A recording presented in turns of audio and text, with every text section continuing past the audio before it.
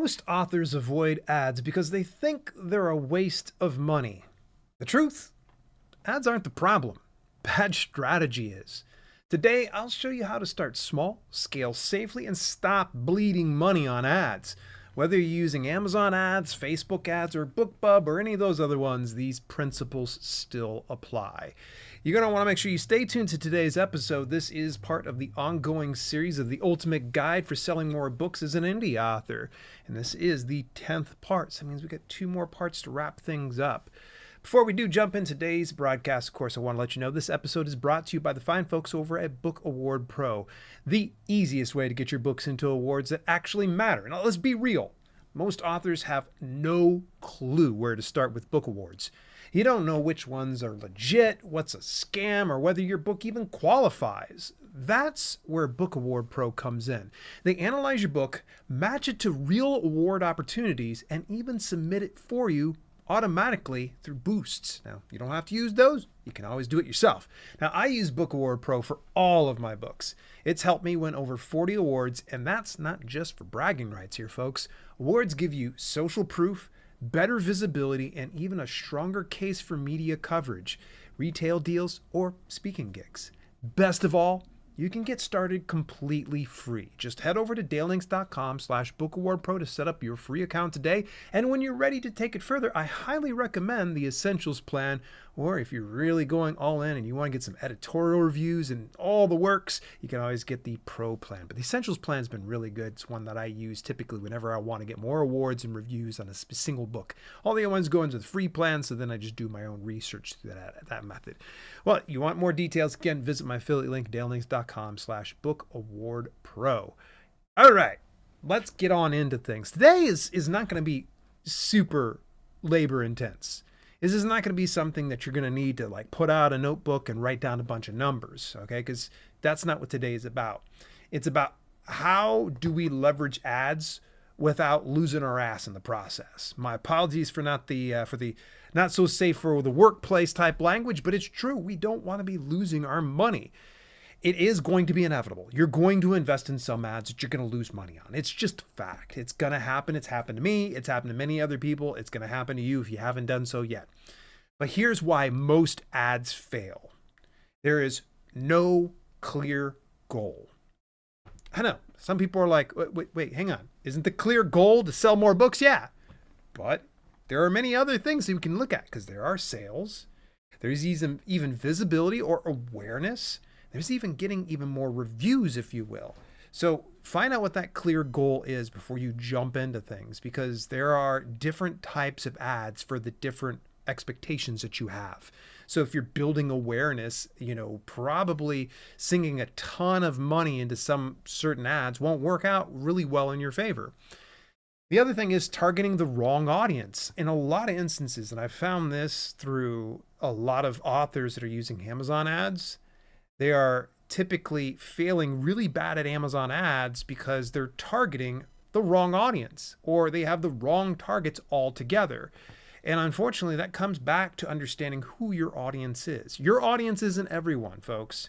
Because if you believe that everyone is your audience, then you have no one as an audience. You have to get very dialed in about who your audience is, what their expectations are, and what their needs are. Because when you start to run any type of paid ads, you'll be able to dial that in precisely to how you like it. So good instance here. I will go into my Amazon ads dashboard, and whenever I'm reviewing any of the targets that have been done through an automated campaign or through related or similar products on a specific target, I'm going to look at the search terms report. And the very first thing I'm looking for is what are targets that have accidentally just fallen in, that they've just kind of come in here by accident. So for instance, I'm advertising my book bestseller book launch plan. If I see that there are targets coming in for products like, I don't know, no content journals or activity books or even children's books, those 3 things just don't align with my brand. That's not at all like there's going to be some overlap. We can make the argument, but it's going to be so small that it's just not even worth my time. So you're going to want to make sure you target that audience correctly. And of course, there are some people that just don't track their return on investment or understanding things like ACOS or CTR. Those can be a huge factor in you understanding, like, am I losing my money or am I just losing my mind? Because there are some instances where it seems like if you look at the numbers, like, oh, okay, I'm in my Amazon ads dashboard. My ACOS is 500%. Okay, that's fine, but that should not be the only metric that you're paying attention to when you're auditing and evaluating the return on investment for a specific ad. It is only one small part of it. So as a, for instance, ACOS is not worth a darn to use if you have an ebook that you're advertising that is enrolled in Kindle Unlimited. Because then let's say that we're getting a ton of page reads. Our ACOS could look like it's really high, but our return on investment might actually be really good because we're getting pages read. So you can see why it's so important that you have to pay attention to some of the minor details. It may not seem like it's very much, but you don't want to just go, okay, ACOS, hey, it's 10%, it's great. No, you don't want to do that. Slow down and understand what you're looking at. And of course, there are some people that just believe that throwing money at ads just blindly. There's some people that are like, oh, I heard Dale said I need to do some Amazon ads, or oh, I hear that I need to do Facebook ads, or oh, I need to do BookBub ads, and they just throw money blindly at it. They don't pay attention to their targets. They're not monitoring any of their analytics or metrics, and then they're wondering, why did I lose money? You can't just throw money at the problem. The only way that you could throw money at the problem is if you hire an expert to go ahead and do it for you. And even then, you probably should still be familiar with some of those metrics, because otherwise, how are you to know that you just hired somebody who's scamming you out of money and just not even providing you any kind of real return on your investment? Throwing money at the problem, folks, is not the solution. All right, here's my big focus right here today, which is going to be starting small and testing first. So important that you start absolutely small. In fact, embarrassingly so. One of those instances that you don't even want to share with other authors. It's so low, but that's okay. What you're going to need to do is set a daily budget that won't wreck your finances. Don't pull out a loan on your house. Don't empty your bank account. Don't borrow from people and tell them, hey, I'm going to be able to make this money back. No, that's not going to happen. All right. Don't do anything that's going to financially ruin you or your business. Only spend what you can afford to lose. I know it's easy for me to say something like that because you're like, oh, great. You mean that I'm going to invest money into Amazon ads or BookBub ads and I'm going to lose money? Yeah, it's gonna happen. All right. It is inevitable. Everybody loses a little bit of money when they're advertising. You will get better in due time. That's why I say when you initially start out, start small, very small. If you need a general idea of how much to invest in your advertising, what I would just recommend, this is just a general rule. Feel free to change the percentage if you wish, but I like to look at saving 10% of all of my earnings for book sales to reinvest in ads. Because let's just say, for instance, I made $1,000 in sales in the month of March. Then I'm going to take $100 of that and I'm going to put that into ads in April. So that way I can continue that victory train. And also it's not going to financially wreck me because I still have $900 in earning that I can reinvest in my business and various other aspects. But just take 10%. Test it out. Take your time. Scale up that percentage as you learn the systems, not any sooner. If you're spending 10% of your earnings and you're not seeing a positive return on your investment, you shouldn't be scaling yet. You need to walk that back just a little bit. And I know you're probably saying, but Dale, hang on. If I only have $100 for the month, that means that I'm going to have about $3 per day or so. I get it. It's not a lot to work with, and you're not going to profit thousands upon thousands of dollars investing $3 per day in ads. But something is going to be better than nothing, and also you're paying to learn the system in which you are investing your money.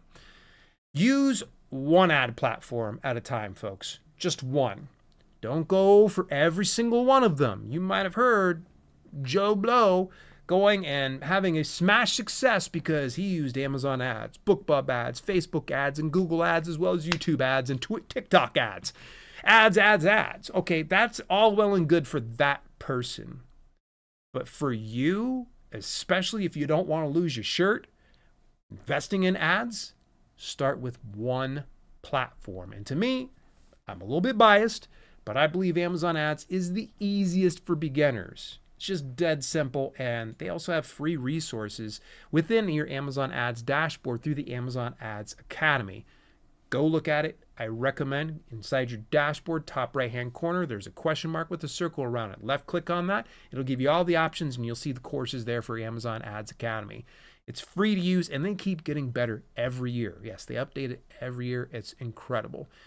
Learn the platform before investing, not any sooner. Don't go just watch a YouTube video of mine or somebody else's and expect that you're going to learn it all at one time.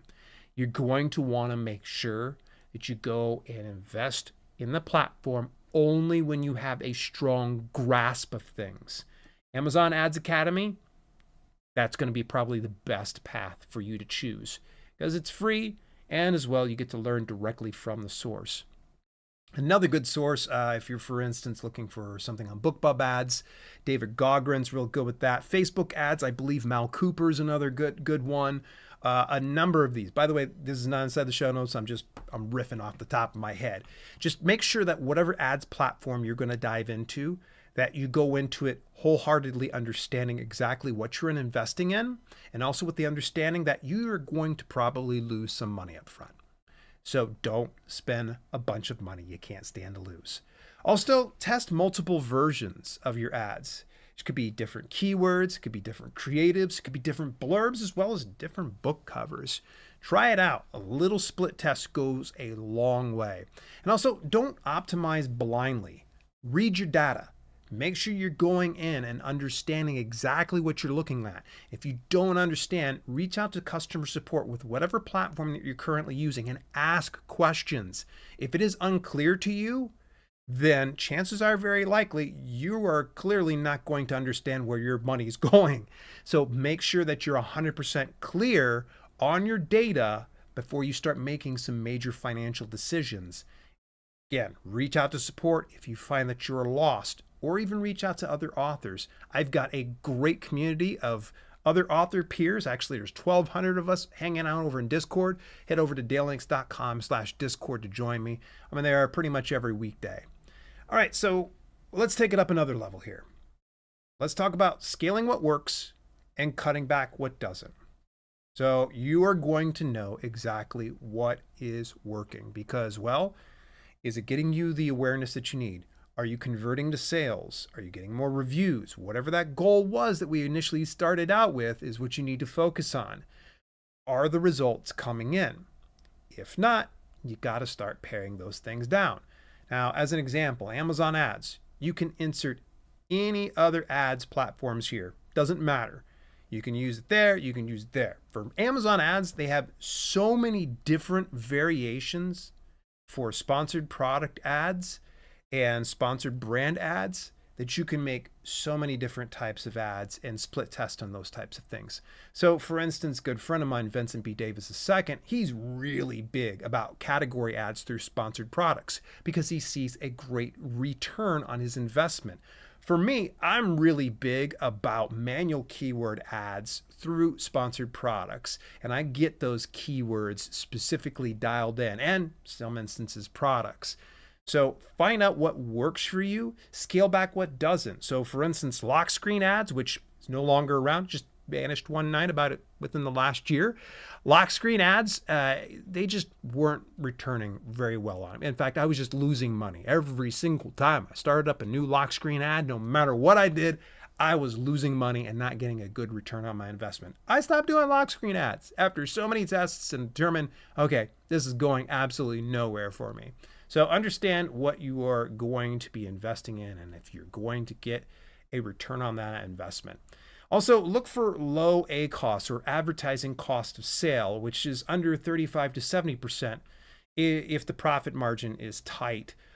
So for instance, if you're doing ebooks, and you have it priced between $2.99 and $9.99 on Amazon, 70% would be your ACoS. We need to keep that below that so that way we see something profitable. Again, ACoS is not the only thing for us to go ahead and measure success. If you're looking at something like a print book, it's going to probably be closer to something like 35 to 50% that you want to keep that below. So it's just understanding, first of all, ACoS. And by the way, let me break down ACoS. It's calculated by dividing the total amount spent on advertising by the total revenue generated from those ads. Sorry, I kind of breezed through those ones. Increase bids slowly on winning ads. Don't just magically kick them on up. So for instance, let's just say you're not seeing any impressions on a particular target through Amazon ads. I'm not going to increase this thing like by 50 cents. I'm going to kick that thing up 1 to maybe 5 cents at best. I'm never increasing it more than 10% at a time, depending largely how much that base CPC is. Increase it slowly. Pause anything underperforming after 7 to 14 days, bearing in mind that a lot of cookies are going to be tracked by 2 weeks over on places like Amazon ads. It's going to vary on the other platforms, so I'm not going to speak on those ones. So make sure that you're giving it time to get some type of momentum. One of the worst things that I've done and many other authors have done before is we go about a week or so into a campaign, don't see any results, and then we go ahead, pause, or terminate that specific ad. And then right after that, we've done it, all of a sudden things start piling in. We start seeing some sales. What the problem is, there is a delay in which someone goes, visits your ad, they've been cookied, they probably are thinking about buying it. Maybe they added it to their cart and they're like, you know what, I'll get it checked out in a week or two. And that's why it takes a little longer. So never be in a rush. Don't pause anything too prematurely. But if it's underperforming for so long, I usually give my ads about 30 days. And that's 30 days of not me just blindly letting it just sit there. I'm making sure I'm looking back at it on a daily, if not weekly basis. Reinforce ad success with optimized product pages and reviews. You'll want to make sure that you got a killer cover, a killer book description, and at least 15 reviews or greater of 3.5 stars or more as an average. So make sure those reviews are coming in on a consistent basis. I've had a full podcast or 5 or 10 over the years talking about how to get more reviews. So you can always go back and refer to any of my backlist of videos. All right, there's some tools to simplify the process. Obviously, we talked about Amazon Ads Dashboard. It's free, it's built in, but let's just admit it, if you're brand new to it, it can seem slightly clunky and a little overwhelming. That's why I say go to Amazon Ads Academy. Now, there are experts out there, including the likes of Dave Chesson, Brian Cohen, Mark Dawson, all who have Amazon Ads courses. But I'm going to say that Amazon Ads Academy is the one you should start with. If you want to expand, go to those other courses, but be prepared. Instances like Dave Chesson, it's free, but in instances like Brian Cohen and of course Mark Dawson, they're charging a high premium on their Amazon Ads dashboards. Publisher Rocket's also another great tool to help out with keyword research that you can use for your ads as well. And of course, Book Award Pro, I've mentioned our sponsors. They help books look more ad-worthy with accolades and reviews. So that is one of those things that can really, really help, things out. And of course, you can look into other promo services that are great for stacking on top of running premium ads. Places like BookBub, my partners Crave Books, and even Written Word Media are all fantastic places that you can look into. They have so many ads alternatives that you can consider. Now here's a bonus tip here. Retargeting and stacking. Yes. All right. So let's start out with stacking. You can stack ads with newsletter swaps, social posts, or promo sites like the ones I had mentioned previously. You can also use pixel tracking on Facebook to build warm audiences. And bear in mind, there's also a pixel tracking element that you can use within your Amazon Ads dashboard inside your Facebook ads, and I highly recommend you tap into something like that.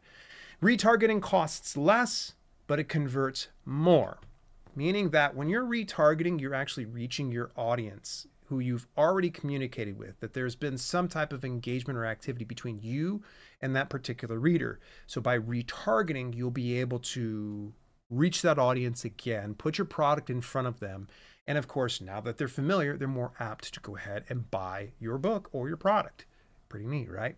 Places like Facebook is really good when it comes to retargeting. So, all right, one last little mention here. Book awards are one of the easiest ways to boost your credibility, but most authors don't know where to start. That's why I use Book Award Pro. It finds the right awards for your book and even submits them for you. You can try it for free over at dalelinks.com/bookawardpro. Big shout out to Hannah and Jay Jacobson, the founders of Book Award Pro. They just rolled out a new feature for a boost that you can use on Amazon reviews that is still above board. It's according to Amazon's guidelines, so you don't have to worry. You're not paying reviewers. You're only paying Book Award Pro to find those readers and reviewers. So that way you get your reviews posted over on Amazon.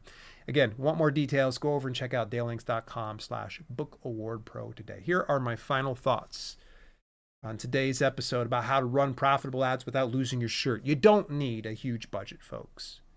You just need a smart plan. If you're not ready for paid ads, that's fine.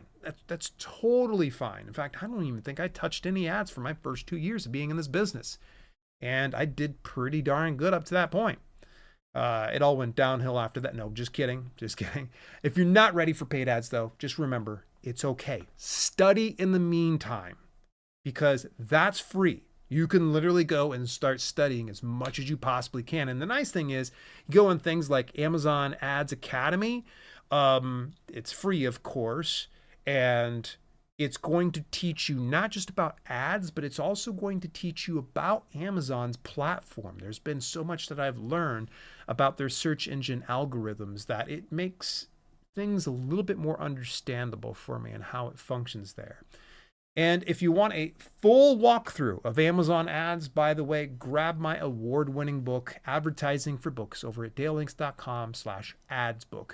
Get it today. Get yourself a copy. You will thank me later. That is all about Amazon advertising. Even though it's just called Advertising for Books, I just didn't want to use the trademark name of Amazon on that. So there you got that. Next week, we are going to be having one of the last 2 episodes in this 12-part series about how to sell more books as an indie author. Next week, we're going to be talking about how to sell audiobooks even if you can't afford a narrator. You want to make sure you stay tuned to this podcast till later. This has been Self-Publishing with Dale, and thank you so much for tuning in.